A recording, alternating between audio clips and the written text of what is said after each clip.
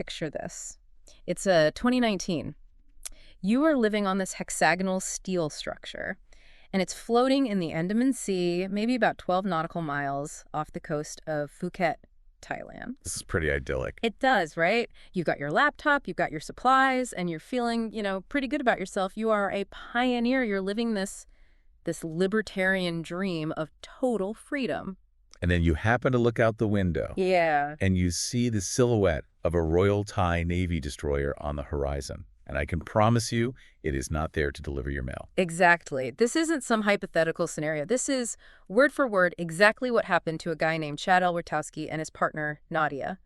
They had built the world's first seastead. They sat down to enjoy their freedom and almost immediately found themselves accused of violating Article 119 of the Thai Criminal Code. Which, and I'm sure you know this, but for those who haven't brushed up on their Thai law recently, that covers intent to cause deterioration to the independence of the state. That sounds serious. Oh, it is. The penalty for that isn't a fine or, slap on the wrist. It's the death penalty. The death penalty.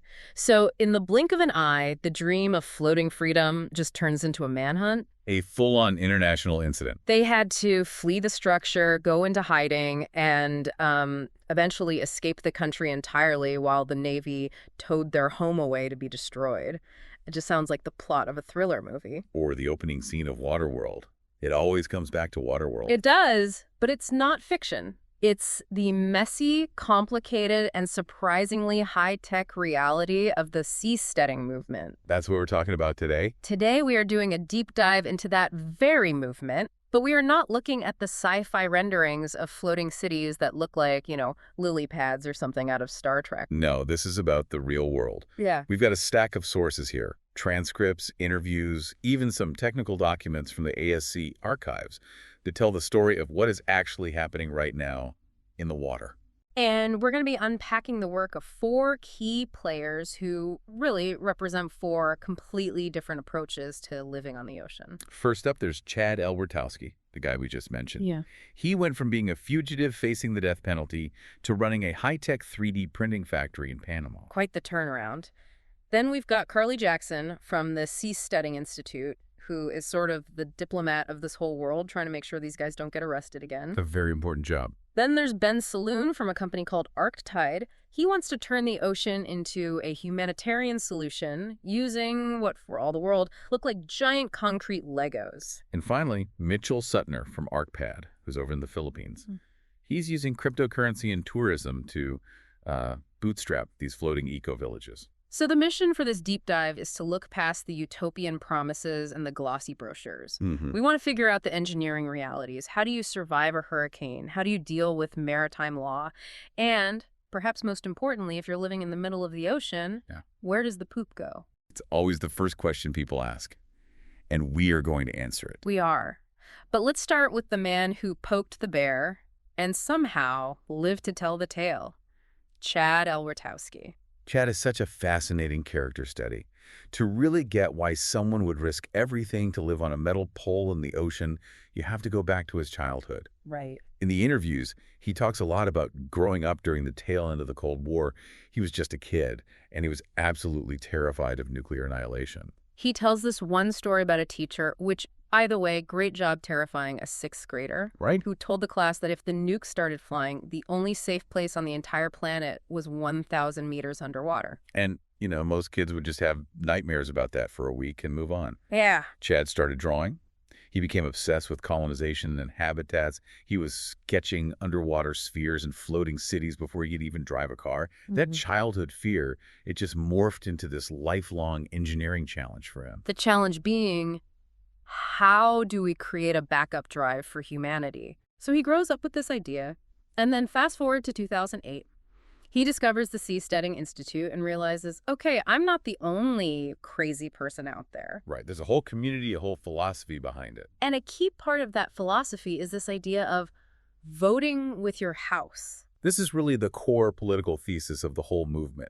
On land, if you don't like your government's policies, say high taxes or restrictive laws leaving, is incredibly difficult. It's a huge deal. You have to sell your house, get a visa, move your family, find new jobs. The friction cost is massive. But if your house is floating, You just unhook the dock lines. You unhook the dock lines and you just drift to a different community, one that actually aligns with your values. It creates the ultimate free market for governance. Governments would suddenly have to compete for citizens because the citizens could literally just float away. Precisely. But for a long time, Chad was just a guy with a regular job. He couldn't afford to build a floating city. That all changed in 2017. And this brings up a huge connection that we see all over this source material. The link between seasteading and Bitcoin. It's everywhere. Chad explicitly says he was able to retire and fund this entire venture because of the 2017 Bitcoin boom. And it's not a coincidence, is it? Not at all. Think about it. Bitcoin is decentralized money without a government controlling it. Seasteading is decentralized living governance without a monopoly on land. They attract the exact same type of person. The same mindset. Exactly.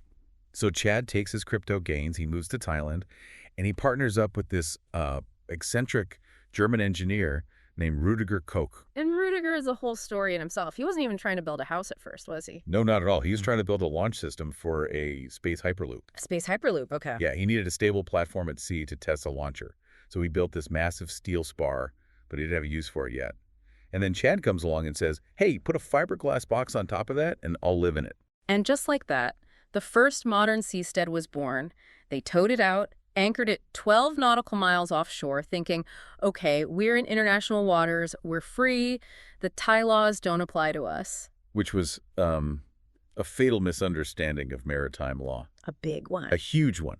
While 12 miles is the limit for what's called territorial waters, there's another zone, the contiguous zone, that extends out to 24 miles. And in that zone, a nation still has rights regarding customs, immigration, pollution, and more to the point, if your structure is seen as a threat to their sovereignty or their resource security, they tend to act first and litigate later. Which is exactly what happened. They poked the bear. They poked the bear hard. The Thai government saw 2 foreigners declaring independence just off their beautiful coast, and they sent the warships. Chad and Nadia had to scramble onto a boat and just flee before the Navy arrived. It was a race.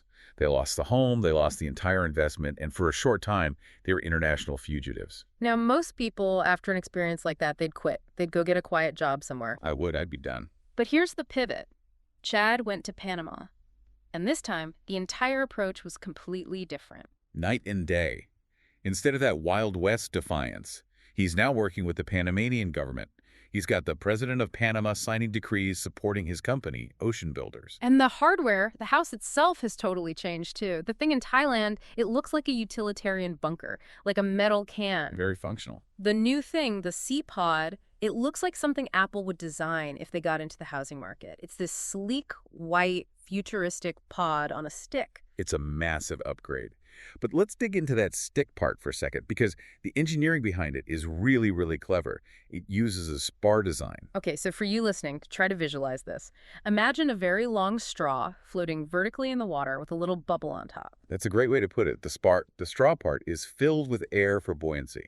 And at the very bottom, deep underwater, there's a heavy ballast weight. This lowers the center of gravity far, far below the water's surface. And why does that matter? What's the point of that? Stability.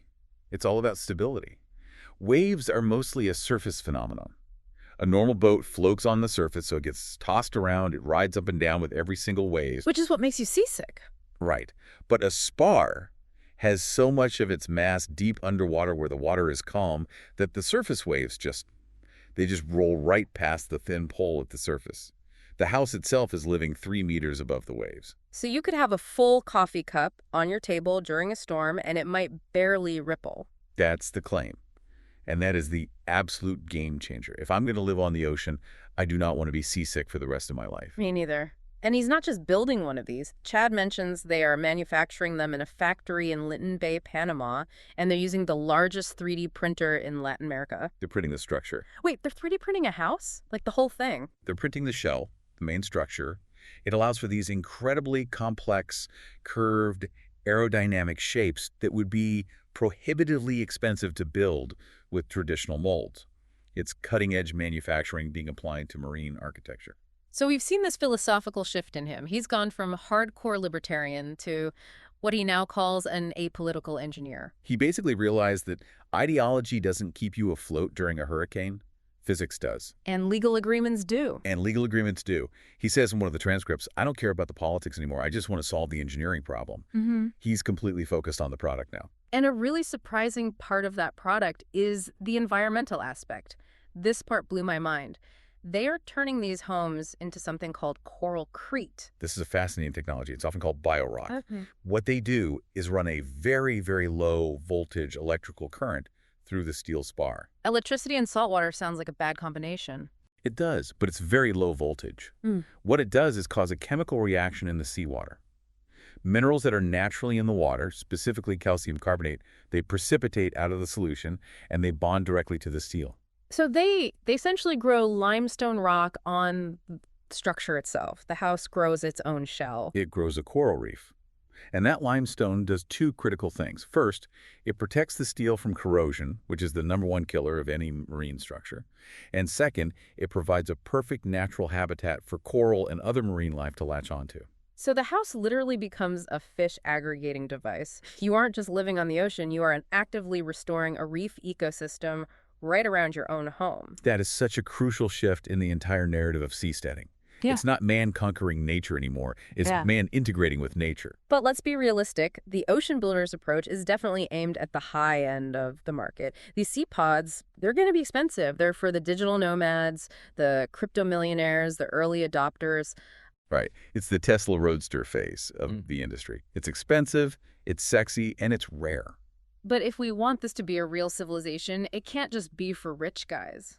And that brings us to our next source, Ben Saloon from ArkTide. His whole vibe is completely different. Oh, totally. If Ocean Builders is Apple, then ArkTide is IKEA. Or maybe even Habitat for Humanity. Yeah.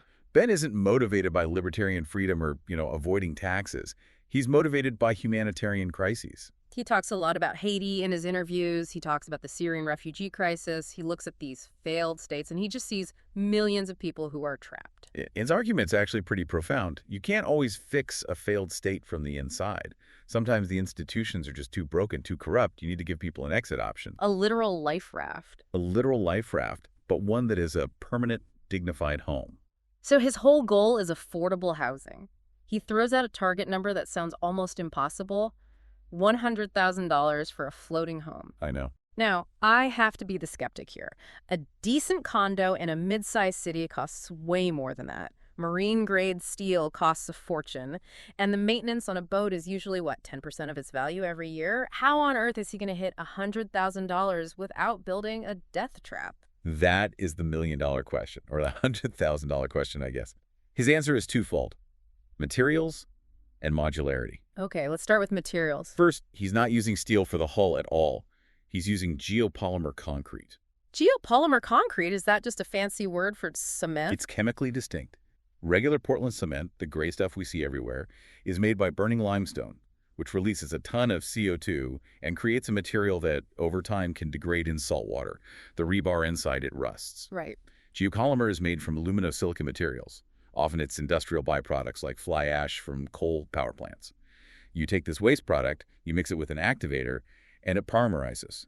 It forms a long chemical chain that is much more like a natural rock than a glued-together aggregate. So it's basically synthetic rock. You can think of it that way. And crucially, it doesn't rust. Ben claims a lifespan of centuries in salt water with almost zero maintenance. If you remove the rust problem, you remove the biggest single cost of owning anything on the ocean. Okay, so the material is cheap and it's durable. That's a big piece of the puzzle. What about the design? Modularity. He's using a modular approach. Imagine a simple 12 by 12 foot concrete square. That's your base unit. It floats. And you can lock them together like Legos. Okay, I can picture that. So if I have a little bit of money, I buy one square and I put a tiny home on it. Exactly. Your coquina model, he calls it. You have more money later, or you want to expand, you buy 3 more squares and you clip them on. Now you have a patio. Yeah. And a garden. Then your neighbor clips their unit onto yours. So a whole community can grow organically, piece by piece, rather than needing, $1 billion up front to build some massive platform. It's scalable. It's the favela model of growth, but engineered to be safe and sustainable. But Ben has even bigger ambitions. He talks about what he calls the killer app of the ocean. And he's not talking about something on your iPhone. No, he's talking about OTEC. Ocean thermal energy conversion. This, he says, is the holy grail for seasteaders. It really is. We need to unpack this because in the transcript, Ben gets incredibly excited about it. It sounds like magic. Free energy from water. How does it actually work? It's all about basic thermodynamics. To run any heat engine, like a steam engine or a gas turbine, you need a temperature difference. You need a hot side and a cold side. On land, we get the hot side by burning coal or gas. Right. In the ocean, the sun does that work for you. It heats the surface water. In the tropics, that surface water is about 25 to 28 degrees Celsius, so pretty warm. Like bath water. Exactly. But if you drop a very long pipe down about 1,000 meters, the water down there is effectively freezing. It's about 4 degrees Celsius. So you have this huge 20-plus degree temperature difference just sitting there naturally. Exactly. All you have to do is tap into it. You use the warm surface water to boil a fluid that has a very low boiling point, like ammonia. That ammonia vaporizes, expands, and spins a turbine to make electricity. Okay. Then you use the cold deep water that you've pumped up to condense that ammonia vapor back into a liquid, and you just repeat the process. It's a closed loop. It runs 24 hours a day, 7 days a week. It's base load green energy. Okay, so you get electricity. That's incredible in itself. But Ben says that's just the beginning. This is why he calls it the killer app. The byproducts are almost more valuable than the power itself. First, when you use some systems to create the vapor, you separate the salt from the water. So you get fresh, desalinated drinking water as a free byproduct. Which is a huge problem for island nations. A lifesaver. A complete game changer. Yeah. Second, you are bringing up these massive volumes of ice-cold water. You can just run that water through simple heat exchangers to provide air conditioning for the entire floating city. So no more giant energy-guzzling AC units. Ben calls it free AC. In the tropics, air conditioning is usually your single biggest energy cost. Here, it's a waste product of making electricity. So we have power, we have water, and we have AC. That's the trifecta of modern life. But there's a fourth one. Food. That deep ocean water has been down there for centuries. It is packed, absolutely packed, with nutrients, nitrates, phosphates, silicates that have settled to the bottom of the ocean over millennia. It's like liquid miracle grow. It is. And when you bring it to the surface and expose it to sunlight, you get an immediate algae bloom. That algae feeds zooplankton, which feeds small fish, which then feeds tuna and other large fish. You're creating an artificial upwelling. You can basically create a world-class fishery right next to your power plant. Exactly. An OTEC plant isn't just a battery. It's a complete life support system. It provides the 4 things you need for civilization: energy, water, cooling, and food. That is an absolutely incredible vision. But, and there's always a but, right? Always. OTEC has been the future of energy for like 40 years. It's expensive to build those giant pipes. It's incredibly hard engineering. It is, which is why ArkTide isn't starting there. Ben is being very realistic. He's starting with what he calls protected waters, bays, marinas near the coast. Sure. He wants to sell floating extensions to people who already own docks or floating offices for marinas. He wants to prove out the concrete Lego technology in calm water before he tries to conquer the deep ocean with OTEC. You prove the hull before you try to build the engine. Makes sense. Right. Now, speaking of proving the concept in a more manageable way, let's go across the world to the Philippines. Right. We've got Mitchell Suttner and his company, ArkPad. Mitchell is, I think, the most relatable guy in this whole stack of sources. He's not a billionaire. He's not a PhD engineer. He was just a guy who got bored during the COVID lockdowns, went down a YouTube and Reddit rabbit hole, and decided, you know what?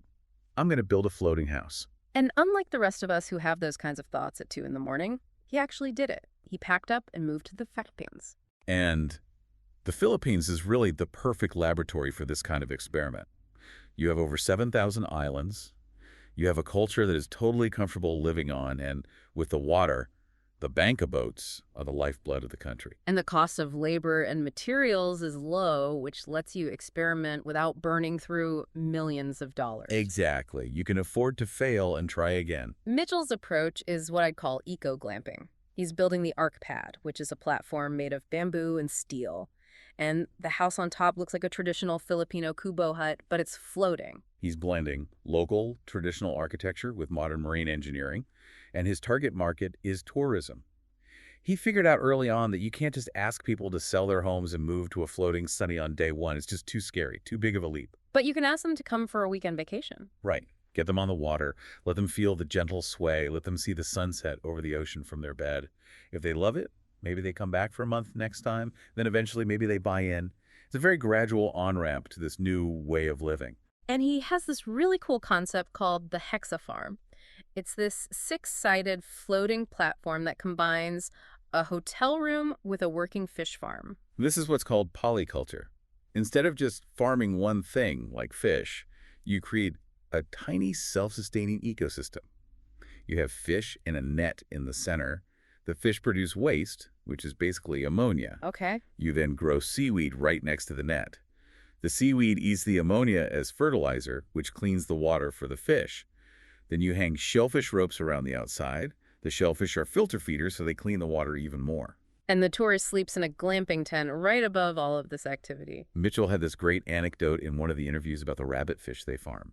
He says you can dangle your hands and feet in the water, and the rabbitfish will come up and gently nibble all the dead skin off. So it's a natural spa treatment included in your room rate. Come for the view, stay for the fish nibbles. Hmm. Honestly, people pay a fortune for that in high-end spas. They absolutely do. He's turning the maintenance of his farm into a unique tourist attraction. It's brilliant. It is. But Mitchell is also doing something really interesting on the financial side. He's using crypto, but not just as a way to get rich. He's using it to solve the fundamental banking problem of seasteading. Which is a huge hurdle, right? If you go to a traditional bank, say Wells Fargo or HSBC, and say, "Hi, I'd like a mortgage for a floating bamboo house in the middle of the ocean," what happened? They're going to laugh you out of the building. There's no collateral they can seize. It doesn't legally exist on a land registry. It has no address. So you can't get a loan, no construction. Right. So Mitchell is using DeFi, decentralized finance, to get around this. He created something called the STEAD token. But it's not just a meme coin you speculate on. It's effectively a crowdfunding mechanism for physical, real-world assets. Okay, walk us through how that works. Let's say I have $50 I want to invest. Okay, you take your $50 and you buy STEAD tokens. That money goes into a pool that Mitchell uses to build a new ArkPad unit. Once that unit is built, tourists start renting it out through Airbnb or whatever. And that generates revenue. It generates revenue. That revenue is then used to buy back the STEAD tokens from the open market and burn them. Burn them, as in destroy them. Exactly. You permanently remove them from the supply. And basic economics tells you that if you have fewer tokens chasing the same amount of value, the price of the remaining tokens should go up. It's a way of paying dividends to the original investors without needing a stock exchange or a bank. So I'm helping to fund the construction of a real house, and the rent from that house effectively pays me back by increasing the value of my original token. In theory, yes. It completely democratizes the investment. You don't need to be an accredited investor with $1 million in the bank. You can own a tiny fraction of a floating resort for the price of a dinner. It allows the community to bootstrap itself into existence. It's incredibly clever. It's risky, as all crypto is, but it's very clever. Very. So we have the tech visionary in Chad, the humanitarian engineer in Ben, and the grassroots entrepreneur in Mitchell. But who is hurting all these cats? That would be Carly Jackson at the Seasteading Institute. The Institute is really like the glue here, aren't they? They aren't building the houses, they are building the network, the community, the legal framework. Carly talks about something she calls the grandma effect, and I just love this concept. She says seasteading will fail if it's only for 25-year-old crypto bros who can do pull-ups. Because a society isn't just young men. It can't be. Right. If you want a real civilization, you need families, you need elderly people, you need kids running around. So the litmus test for any seastead design is, would my grandma be comfortable visiting this? That's a pretty high bar. My grandma gets nervous on an escalator. Exactly. So if the platform is swaying all the time, or you have to climb a rickety ladder to get inside, or the toilet is just a bucket, grandma isn't coming. And if grandma isn't coming, it's not a real community, it's just a campsite on the water. So the Institute pushes these builders to think about things like accessibility, safety, comfort, the boring stuff that actually makes a place livable. Right. And the other huge hurdle Carly and the Institute are tackling is the legal one. Specifically, the problem of flagging. The boring but deadly serious stuff. It's critical. A floating home is in a complete legal limbo. It's not quite a ship because it doesn't transport cargo from point A to point B. It's not an island because it's man-made and not natural land. So what is it? Legally, it's often completely undefined. And being undefined is incredibly dangerous. If you don't have a flag of country that is claiming you as theirs, you are stateless. You have no legal protection. You're essentially a pirate vessel. Basically, if a crime happens on your seastead, whose laws apply? If another ship crashes into you, which court do you sue them in? The Institute is working hard to create a specialized seastead registry. What would that do? Think of it like the DMV for floating homes. They want to work with a friendly host nation to create a brand new legal category where you can register your home, pay a fee, get a license plate of sorts, and get the legal protection of that country's laws without actually being a full-fledged ship. It's just like registering a car. You don't become part of the government just by having a license plate, but you exist in their system. Exactly. It legitimizes the existence of the structure in the eyes of the world. The Institute is also doing these fascinating community-building exercises. They run these role-playing games on Discord to see how these new societies would actually behave under pressure. This is applied sociology in real time. They throw all these difficult scenarios at the players. A hurricane is on its way, or a pandemic breaks out on the platform, or pirates are spotted nearby. They want to see how the different governance systems hold up. And Carly mentioned one result that really surprised her and the team. This was great. They started a new simulation, a new virtual seastead, and they were expecting the players to immediately start building, power plants or defensive walls or fish farms. Survival stuff. The logical thing. The logical things. Instead, the very first thing one group of players decided to build was a floating church. A church. It caught everyone completely off guard. But it's such a powerful reminder that humans aren't just biological machines that need calories and watts to function. We need meaning. Yeah. We need community. We need shared values. The simulation showed that the social glue is just as important as the epoxy glue holding the concrete modules together. And that leads directly into the core governance philosophy that Carly talks about, voting with your house. We touched on this earlier, but it's worth circling back to. It's the ultimate check and balance on power. In history, if a king or a president became a tyrant, you were pretty much stuck. Maybe you could revolt, but that's violent and bloody. Right. Here, the geography itself is fluid. If the mayor of your floating community starts acting crazy or imposing unfair rules, you and your neighbors just detach your docks from the main platform and float 10 miles away to form a new town. It forces leaders to be humble, to actually serve their citizens. You can't be a tyrant if your entire population can literally drift away overnight. It's an incredibly powerful concept. Fluid geography leads to fluid politics. Okay, so we've covered the tech, the money, and the laws. This all sounds amazing, but now I want to bring it all together and ask the hard questions. The reality check. Let's do it. Because when I tell people about seasteading, they usually say two things. First, you're going to destroy the ocean. And second, okay, but seriously, where does the poop go? Let's tackle the environment first.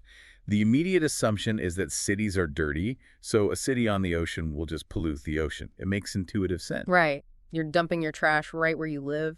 But the data we're getting from ocean builders, from ArkPad, and even from decades of research on oil rigs, it all suggests the opposite.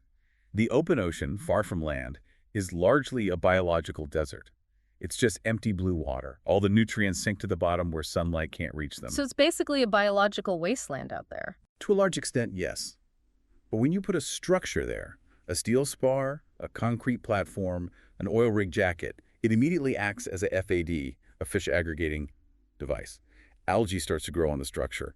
Small fish come to eat the algae. Big fish come to eat the small fish. You create an oasis. We saw that with Chad's Coral Crete idea. Exactly. These builders are making a pretty bold argument. They're saying that seasteading, done right, will actually increase the biomass of the ocean. They aren't paving paradise. They're irrigating a desert. The goal is to move from being merely sustainable, which means doing no harm, to being actively restorative, which means making the environment better than you found it. Which is a beautiful narrative, a powerful idea, but the poop. The poop. The Achilles heel of every utopia. You absolutely cannot just dump it overboard. That's illegal in most places. It's disgusting, and it destroys the very ecosystem you're trying to build and save. So what's the real-world solution? For ocean builders and ArkPad, the initial solution is what they call the reverse RV model. The reverse RV model, what does that mean? Okay, when you go camping in an RV, you have a black water tank. When's full, you drive the RV to a dump station. But a house can't drive. So a service boat comes to you. It actually creates a small local economy. A honey wagon boat. A honey wagon boat comes by once a week, just like a garbage truck on land. It pumps out your black water tank, and it takes it back to a proper treatment plant on shore, or maybe to a central processing ship for the whole community. So the answer is surprisingly mundane. It's just like a garbage truck, but it's a boat. Exactly. It's not some super high-tech solution. It's a logistics problem, and it's been solved. Ben at ArkTide is also looking at high-tech incineration toilets that can burn waste into a small amount of sterile ash, which would solve the pump-out problem entirely for smaller homes. So the answer is, Yep. you deal with it just like you do on land, you just use more boats. Precisely. The other big reality check that comes through in all these sources is the timeline. None of these guys are saying, we're building a sovereign nation tomorrow. That rhetoric has faded. Oh yeah, that's the real maturity of the movement. 10 years ago, it was all about declaring independence immediately. Now, it's all about tourism. It's a Trojan horse strategy in a way. It is. Start with Airbnb. Start with a floating hotel or a glamping experience. It validates the technology, it generates revenue to fund more research and development, and most importantly, it normalizes the experience for the general public. If you can get 1,000 people to spend a weekend on a SeaPod and they love it, you've just built a market for future residential living. And that's why I think we are witnessing the Kitty Hawk moment of seasteading. That's the perfect analogy. The Wright brothers' first plane was flimsy. It barely flew 100 feet, and it was incredibly dangerous. But it proved it was possible. Right now, we have metal in the water in Panama. We have concrete curing in molds. We have bamboo being lashed together in the Philippines. It's clunky, it's experimental, and it's still expensive. But it's real. It is no longer just a PowerPoint presentation or a CGI rendering. And that shift in focus from down with the government to let's innovate housing and tourism, that feels absolutely crucial for their success. It is. Radical politics scares people. It scares investors. It scares governments. Cool houses and unique vacation spots excite people. By focusing on the product, the lifestyle, the view, the fish spa, they're making the whole idea mainstream and palatable. So let's zoom out. Let's bring this home for the listener. Why should you care about a few eccentrics building floating huts in the tropics? Because we are running out of room. 50% of the world's population lives within 100 kilometers of a coast. Those coastal cities are overcrowded, they're becoming unaffordable, and in many cases, they're literally sinking. Land prices are skyrocketing. And right next door. Right next door is 70% of the planet's surface, completely empty, mostly unowned. It's the last great frontier on Earth. So the question is the ocean the inevitable next suburb? It seems logical that as land becomes scarcer and more expensive, we will have to spill over onto the water. And these guys, Chad, Ben, Mitchell, they're just the ones writing the very first building cons for that future. We spent thousands of years conquering the land. Maybe the next 1,000 will be about learning to live on the water. Without sinking. Hopefully without sinking. That's key. So I'll leave you with this final question to chew on. Imagine you have $100,000. You could use it for a down payment on a small apartment in a crowded city, or you could buy a 3D printed floating home in the Caribbean outright. You get a 360-degree ocean view, no property tax, and fresh fish for dinner every single night. But you have to deal with the pump-out boat, navigate maritime law, and trust that your anchor holds when a big storm rolls in. It's a very real trade-off. Freedom and beauty versus convenience and security. Would you trade your backyard for the open ocean? I think slowly but surely more and more people are going to say yes. Thanks for diving in with us. We'll see you on the next one.